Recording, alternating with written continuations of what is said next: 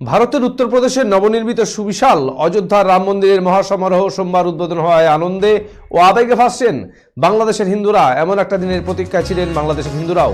বাংলাদেশের সনাতন ধর্মাবলম্বীরাও অধীর আগ্রহের সঙ্গে সোমবার অযোধ্যায় রাম মন্দির উদ্বোধনী অনুষ্ঠানে সাক্ষী হয়েছেন। এর আগে গত বুধবার রাম মন্দিরের বিগ্রহ প্রতিষ্ঠা করার আগেই ভূমি পুজোর প্রসাদ বা অক্ষত চাল পৌঁছে দেওয়া হয় বাংলাদেশের বিভিন্ন জায়গায়। এই প্রসাদ হরিদাসপুর বেনাপোল চেকপোস্ট দিয়ে বাংলাদেশে এসেছে। ভারতের হিন্দু মহাজোটের পক্ষ থেকে বাংলাদেশের জাতীয় হিন্দু মহাজোটের নেতাদের কাছে 200 প্যাকেট প্রসাদ হস্তান্তর করা হয়। সেই সঙ্গে মন্দির প্রতিষ্ঠার জন্য আমন্ত্রণপত্র এবং লিফলেট দেওয়া হয়েছে বাংলাদেশের হিন্দু সংগঠনের নেতাদের হাতেও।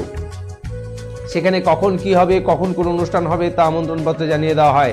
তাই অযোধ্যায় রাম মন্দিরের উদ্বোধনের দিকে তাকিয়েছিলেন বাংলাদেশের হিন্দুরাও। আর এই রাম মন্দির প্রতিষ্ঠা প্রসঙ্গে বাংলাদেশের হিন্দুরা জানিয়েছেন তারা মহা খুশি। রাম মন্দির উদ্বোধন হয়েছে, এটা হিন্দু জাতির মানুষের কাছে খুবই গর্বের দিন। আর এই মন্দিরের প্রসাদ হাতে পেয়ে বাংলাদেশি হিসেবে তারাও গর্ববোধ করছেন। বাংলাদেশের 64টি জেলায় বাংলাদেশের হিন্দু মহাজোট কমিটি গঠন করা হয়েছে। এই প্রসাদ চট্টগ্রাম, সিলেট, খুলনা সহ বিভিন্ন জায়গায় পাঠানো হয়। তারা এদিন সশরীরে অযোধ্যায় যেতে না পারলেও তাদের সবার মন পড়েছিল রামলালার প্রাণ প্রতিষ্ঠার অনুষ্ঠান ঘিরে। বাংলাদেশের বিভিন্ন এলাকায় ছোটোখাটো অনেক রাম মন্দির রয়েছে। এই মন্দিরগুলিতে সোমবার বিশেষ পুজোরও আয়োজন করা হয়। সেখানে রাম মন্দির নেই, সেখানে অন্য মন্দির বা নিজেদের বাড়িতে রামলালার প্রাণ প্রতিষ্ঠার সময় বিশেষ পুজো ও আরাধনা করা হয়। ঢাকা থেকে হাবিবুর রহমানের রিপোর্ট।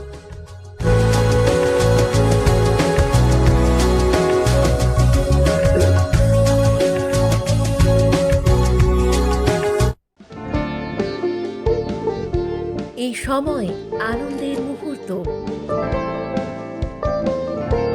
এই সময় জীবনকে আলোকিত করা, এই উৎসব আসল হাতের জাদুতে। এই সময় সমৃদ্ধিকে ঘরে আনা। Senco gold, gold and diamond, RRN road, old post office পাড়া, সাউথ, কোচবিহার।